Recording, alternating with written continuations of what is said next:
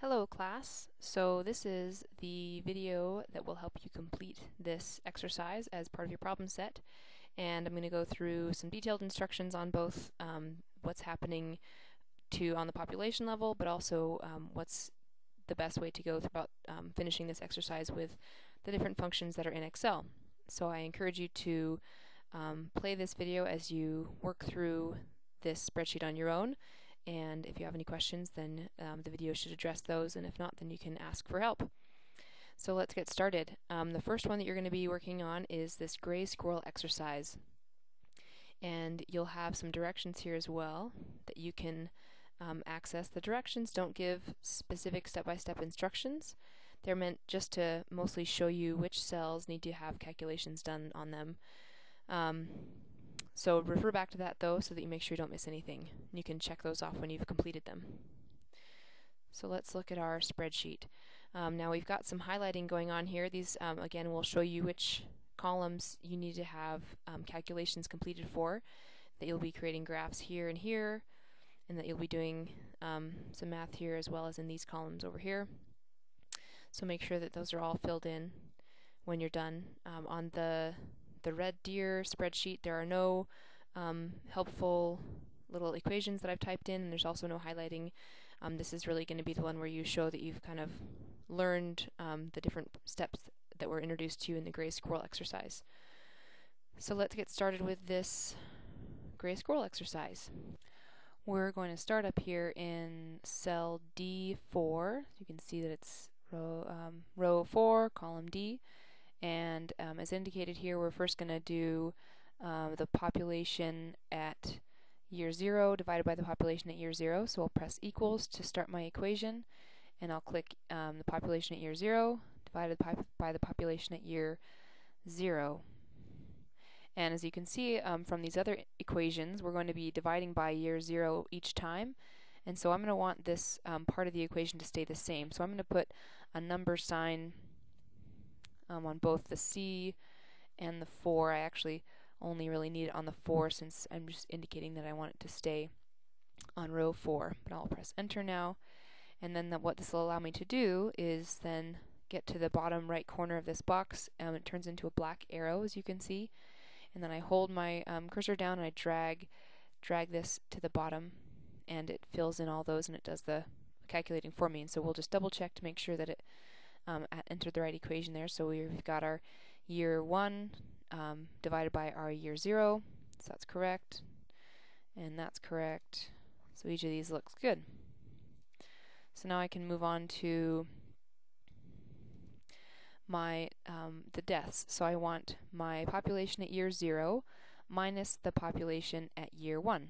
So I'll press equals population at year 0 minus the population at year 1, press enter. And since this one, I do actually want it to move down, the equation to move down with the values, I'm just going to drag this down without putting any number signs in. And so I'll just double check this again. Looks like we've got the population of the previous year minus the population of the next year. So then we go to calculate our age-specific mortality rate. To do that, we want the deaths at year 0 divided by the total number at year 0. So we'll do equals deaths at year 0 divided by the number at year 0 and press enter. And so that gives us, this is the age-specific mortality rate. It's 0.69 of a mortality rate for this year 0. And again, because I don't need that to, I just want the equation to move down with this calculation, I'm just going to drag here, drag to the bottom. And again, I'll be double checking. So it looks like this bottom one is correct. We've got 100% mortality this year. So these look like they all worked. Okay, so this column here, column G, is given. So these are the births that are given for that year. And then for the females that survive, we have an equation here of for this row, for year 0, we have the births, or the probability of survival at any given age times the births. And I've just specified here that this is confirmed that it is for year 0, year 1, year 2, year 3, year 4, and year 5. So again, we go to here, press equals, and we want our probability of survival times the number of births, and we get that number. Obviously there's no births in that first year, but this equation will be the same all the way down, so we'll just drag this down. And so you can see that for year 2, although 2 were born, with the probability of survival, there's technically only 0.6 females born per female. Obviously you can only have one squirrel born, but over the population it averages out to about 0.6. Okay, so then we want our proportion of females that survive to the next age class, and to get that we press equals here and we do 1 minus the age-specific mortality, since mortality is the opposite of survival. So we have that here, and we get our probability of survival at this age. So for squirrels that are just born, their probability of survival to the next age class is 0.31. And that again will stay the same, so we'll drag this down. And so we have all the information now for our life table. And just double check to make sure that that equation went in right, and it did. So now I would like to make a graph, and I'd like to show what the probability of survival at any given age is. And this is what's called our survivorship curve of the gray squirrel. So this will tell me, showing me the distribution of survivorship. So first I'm going to highlight the column that I want, so drag this down for LX. And now I'm going to go to my Insert tab if you have the newest version of Word, and if you have an older one, then find where you have got these tables that you insert, and again it should be in the Insert area. And so I'm going to choose a line graph, and just a normal line graph here, no dots. So I'm going to click this one. I'm going to move it to an area that's not blocking any of my data. And now I'm going to edit my graph. So this will be something that we'll be looking for in your completed spreadsheet. So I'm going to first change the name, and this is something that will make sense here. So probability of survival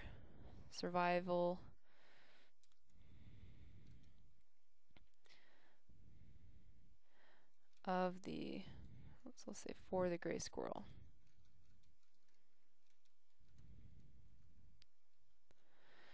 And now we need some values, so we need to make sure that we understand, or that anyone that looks at this graph can understand what it is saying. So we want to add an axis title. So I'm going to go to chart element here, so add chart element and axis title, and I want a horizontal axis first, and I'm going to type in, this is age, and I'm going to specify that it's an age in years. And press enter. And now I want to add an axis title on the vertical axis. And this is log 10. And if you remember in class, I described log 10 as just a way to distribute the data so that it can be more easily seen. And so then when looking at this survivorship curve, think about how it looks in relation to type 1, type 2, or type 3, and be able to classify this curve into one of those categories, or at least the closest of those categories to this curve. And we understand about, with knowing what kind of curve it has, then we understand some general characteristics of that population's traits in terms of whether they have a lot of mortality early on and how long they live. So now let's move on to our population projection table, and we're going to again move down here, and what you might think you'd do is start with D16, but we're actually going to start with D18 because we need the information from D18 and D17 to calculate our D16. So we'll start here with D18. So for D18 we need to multiply the number of squirrels that we have in year 1 by the likelihood that they'll survive, which is our SX for the 1-year-old squirrels. So go equals here. This is the number of squirrels in year 1 times the survivability of 1-year-old squirrels right here, and enter. So from 11 squirrels in year 1, only 5 of those squirrels survived. Now for year 1, we take the number of squirrels in year 0, and we multiply by the survivability of those 0-year-old squirrels, and we get 6.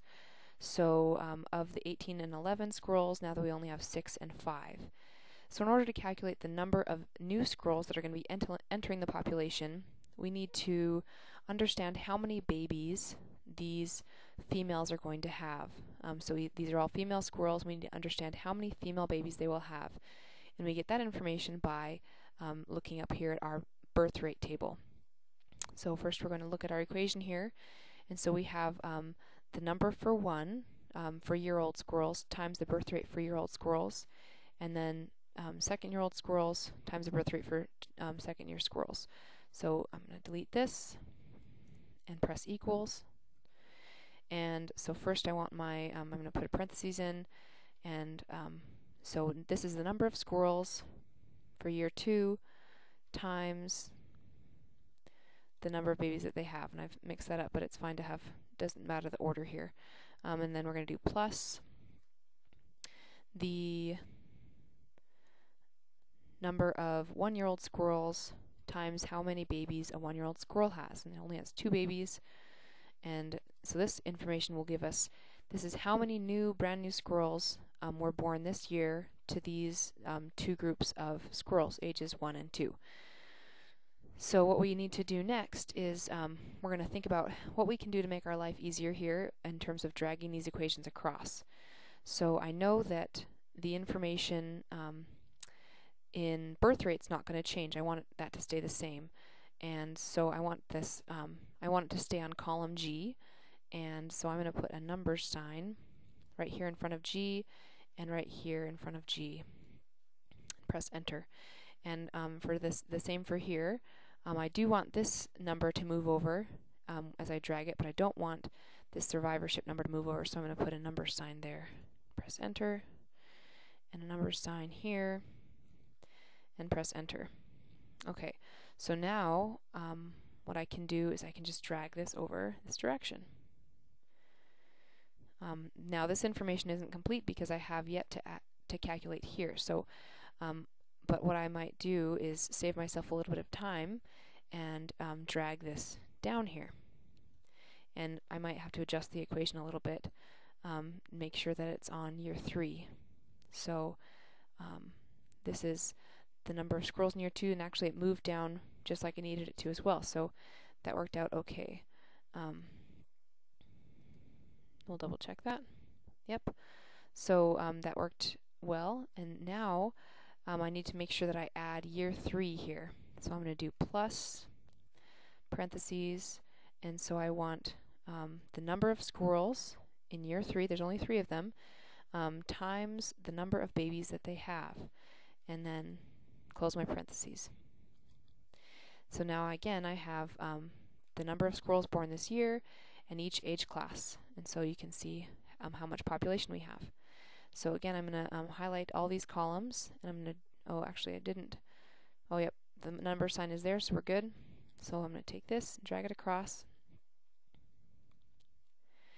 and now again I'm going to drag this down to fill in my category here. So we have 3 squirrels, survivability is 0.63.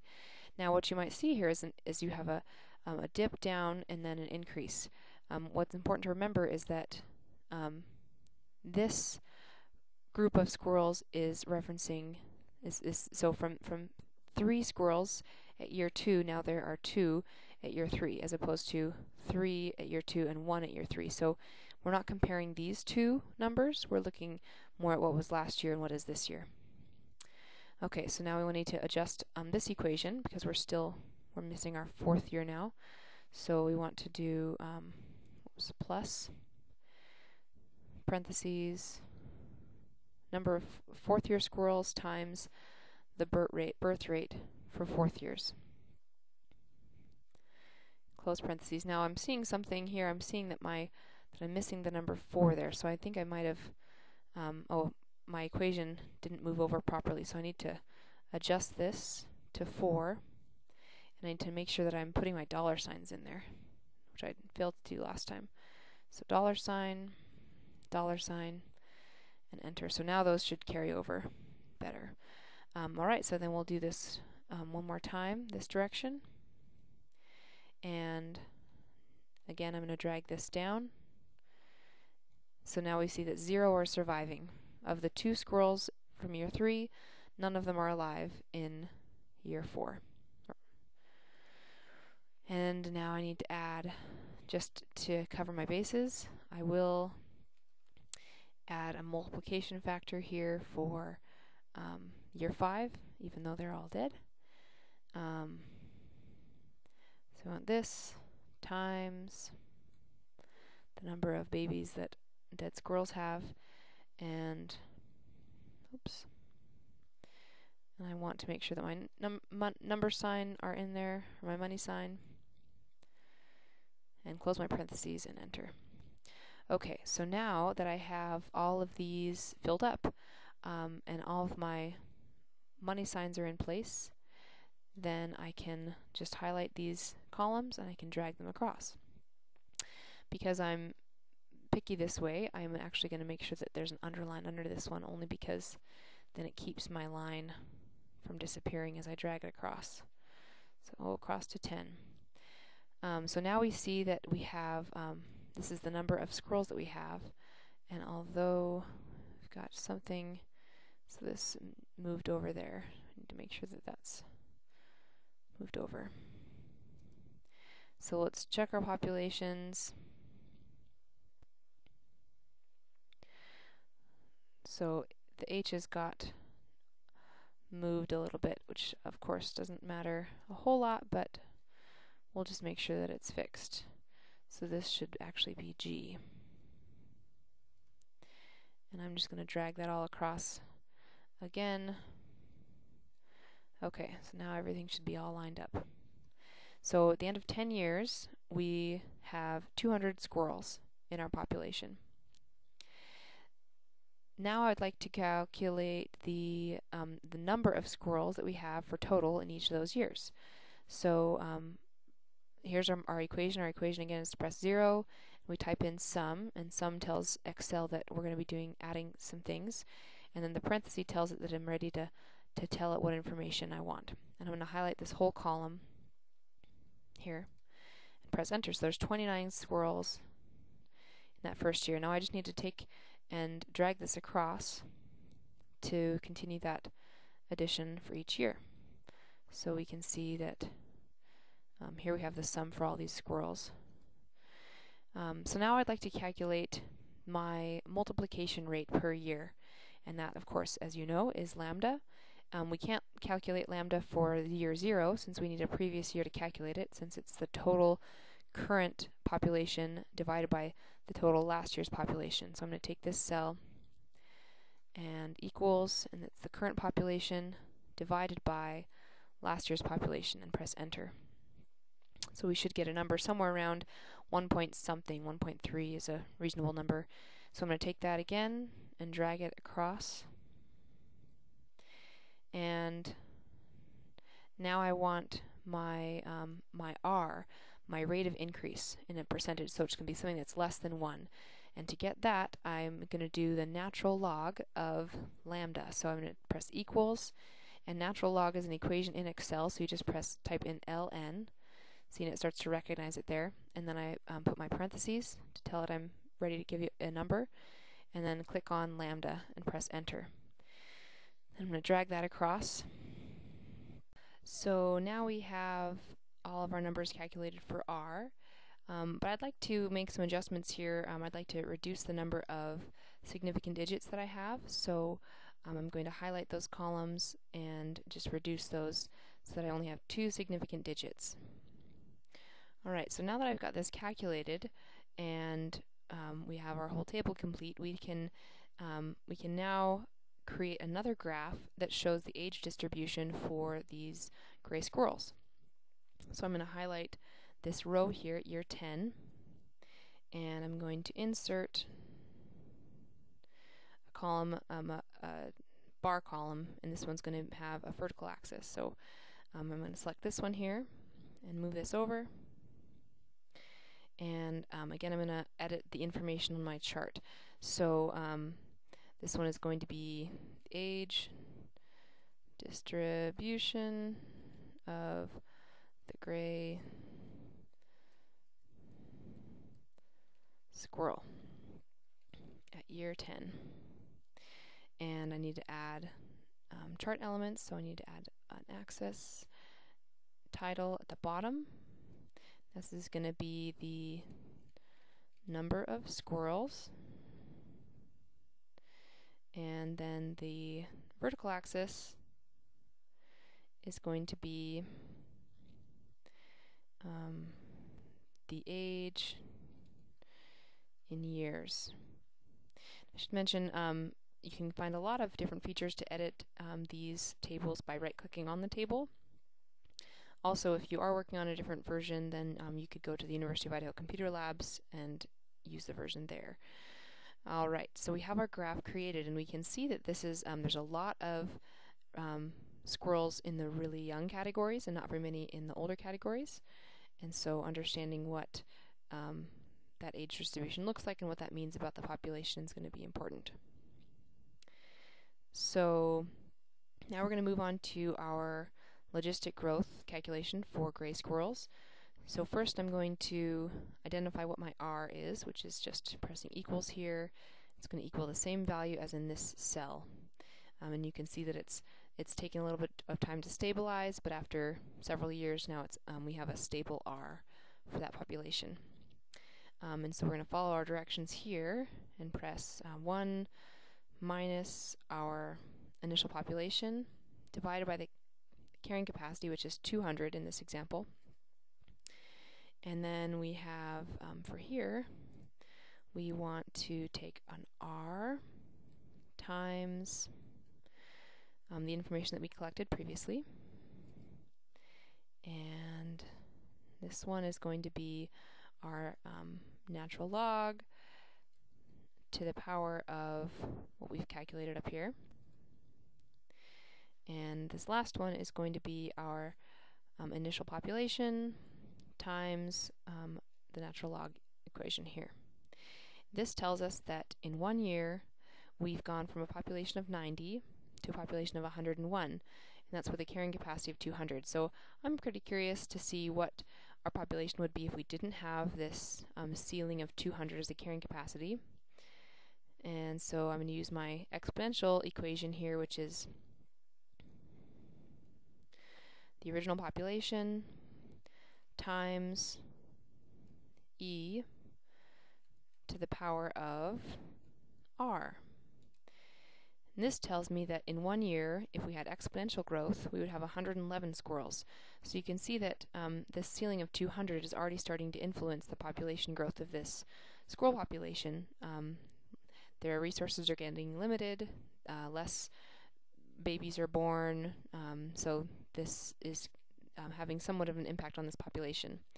Let's see what happens in a situation where our current population is much closer to its carrying capacity. So again, we're going to identify our R as this value here. Press enter. Now to save time, since I've already done this entering of these equations, I'm going to copy this and paste it down here. And then I'm going to copy this piece of information and paste it here. And I'll double check just to make sure that my my boxes are all lined up, and they are. So now I can see that in this scenario we've only had an increase of 2 squirrels this year because we're so close to our carrying capacity. But if we had exponential growth, we would have quite a few more. We would have another 36 squirrels if we had no carrying capacity to worry about. So if resources were totally unlimited, this is what our population would be. We're done now with our squirrel example. I hope that you picked up some of the reasons behind the why of some of these calculations. And now we're going to move on to our red deer example, which there will be a little bit less direction on, but hopefully you'll be able to see some differences in the way that the population is distributed. So now we're going to move on to our example of the red deer, and I've included this example so that you'll have an opportunity to look at a different kind of data set, and also just to solidify this information on how to use Excel and also how to calculate these different population metrics. So I have both my gray squirrel example open and my red deer example, and so I'm going to use a lot of the calculations that I did in the gray squirrel example just to copy and paste in. So I'm going to start here with my probability of survival, and so I'm just going to copy this first group here, and I'm going to paste that right into my red deer example, and I'm going to make sure that it's got all the right information, and it does. And so I'm just going to take this again, just like I did before, and drag it down to fill in all the information, and it calculates that just like I want it to. Alright, and I'm going to do the same thing for deaths, and I don't really have to copy this whole group. I could just copy one, but either way is fine. So again, I'm going to make sure that it's calculating the right number, and it is, and so I'll continue to drag this down. And age-specific mortality, copy that in, and again, double check, and then drag it down. And the females born in that age group are given here. And notice that the number of females born is much lower. Red deer have 1 to 3 offspring, normally more like 1, but occasionally up higher. So I've just approximated these numbers here. And then we'll use our equation for the number of females that survive, and make sure that that's calculated right, and it is. And then we want the proportion. So again, I'm going to copy and paste this here. Good. Okay. So I am really lazy, so I'm going to do even some more cheating here, and I'm going to copy this this graph, and you can just make a new one if you'd like, or you can copy it. The problem is that you then have to make sure that your source information is correct. So look, it's still kind of thinking that it's looking at the spreadsheet for squirrels, and so I want to tell it that we're going to look somewhere else. So I'm going to click on the line here, and I'm going to say select a new location for my data, and I'm going to highlight this row instead, this column, and press OK. And so now it's changed that. So now I need to change my title. So this is probability of survival for the red deer.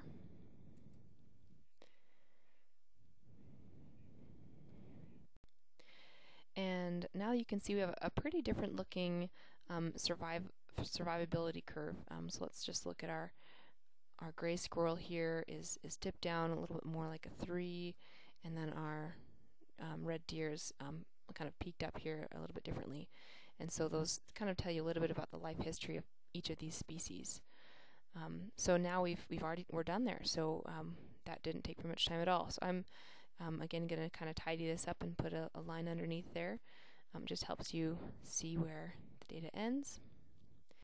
So now we can move on to our population projection table, and I've already kind of given you a head start here with year 20 is already filled out to the last year that these deer typically live, but we will need to calculate year 21, and the reason that we need this information is so that we can get a more accurate Lambda and R.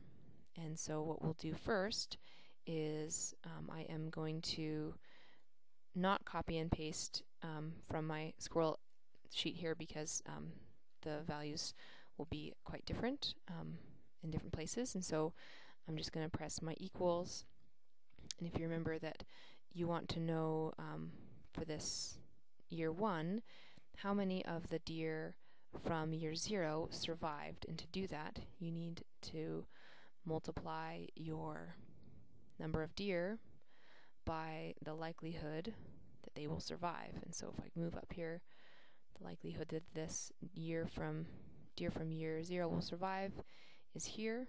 So 87% chance of surviving. So then we have 21 deer that are left. And again, so for the completion's sake, I can just take this and drag it down, since it's going to move one down here, and it's also going to move one down here. And so I'm going to go ahead and continue that dragging process. And there's a special thing you can do in Excel. It knows that your data set ends here, and so if I just click here and I put my cursor here and I double click, it's actually going to drag. I got a little bit confused, so I'm going to go back up, but it'll stop where the data stops. So that's a nice feature if you have a really long data set that you don't want to drag all the way down on. So this is pretty simple, right?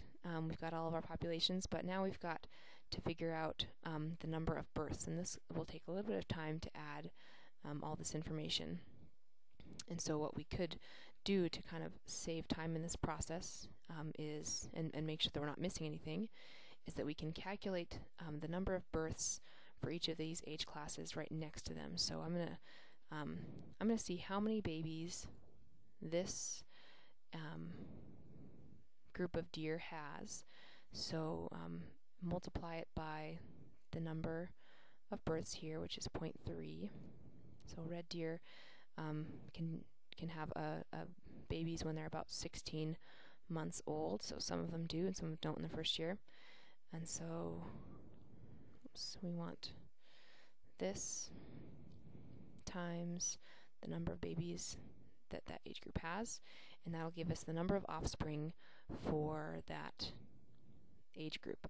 And so I'm just going to, again, do that same thing. I'm going to double click. And it looks like it didn't quite pick up the right information. Oh, it did. So that's right, those don't reproduce anymore at that age. So no deer there born, and I'm gonna clear these cells.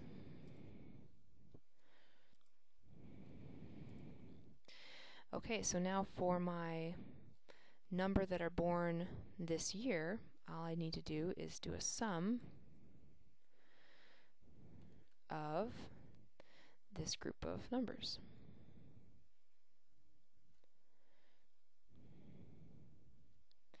And enter. This tells me that with all of these deer, we have 468 new deer that are born. Now, we understand that a good portion of those won't make it past the first year, but we have quite a few baby deer. Alright, so now I'd like to calculate the number, the total number from year 20 and year 21. So equals sum. Highlight this column, enter, and drag that across. Because I want to be clear here, I'm going to label this births 21, just so I know what that is. I'm going to bold it and move it up here to the title line. Keeping your information organized in Excel is really important. You'll forget right away what you were referring to. So we had a pretty significant increase in our population from year 20 to year 21. So now we'd like to calculate lambda, and so we have to have a previous year's population to do that. So equals current year divided by the previous year. So we have a lambda of 1.64. And then we have our r, which is the natural log of lambda. That gives us an r of 0.49. So I'd like to see what the age distribution is for these deer. So I'm going to look at that for year 20. So I'm going to highlight this column, and I'm going to insert again this kind of bar graph. And as you can see, this looks pretty different. And I just forgot that I actually wanted to cheat on this, so I'm going to go back to my gray squirrel example, and I'm going to copy this in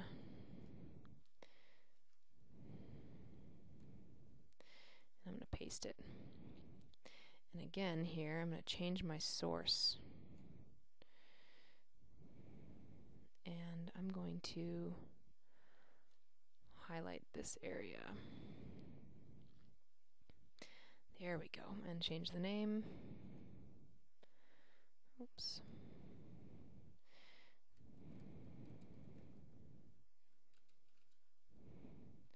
Red deer at year 21. So the distribution is really different for these red deer versus the gray squirrel. And you can see that there's a real peak in the number of deer in the middle ranges of the lifespan. Make sure that we have all those labels changed properly, and we're good. Okay, so now that we have our lambda and our r, we can now finish our calculations over here. So again, for here we want the r of 21, so equals r, and we're going to do our calculation. So equals 1 minus initial population divided by carrying capacity of 300. So we're pretty far away from our carrying capacity of 300. And then we have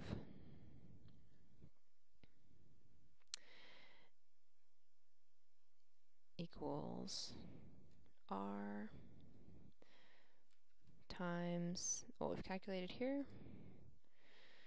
This one equals 2.718 to the power of r, the calculation, and this equals our initial population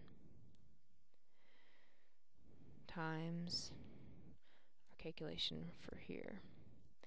So now we have, in 1 year we go from 125 to 166, and that's with a logistic growth with a carrying capacity of 300. So let's see what that population would be if we didn't have that carrying capacity limiting us. And so then we have our initial population times the natural log to the r. 204, so there's a pretty big difference between what the population is with a carrying capacity and without. Let's do an example where we are above our carrying capacity. So we have 325 deer, and our carrying capacity is 300. And so we need to see what will happen in that next year if we've already exceeded that population growth. So let's do the math here. 1 minus initial population divided by, and I didn't carry that over, so I'm just going to steal this information from here. It's the same. And actually I'm remembering my shortcut here. Wait a second. So I am going to fix this, and we'll go equals our r up here, and then I'm just going to copy and paste this information there, and also copy and paste this, and make sure that they're in the right place. Everything looks good.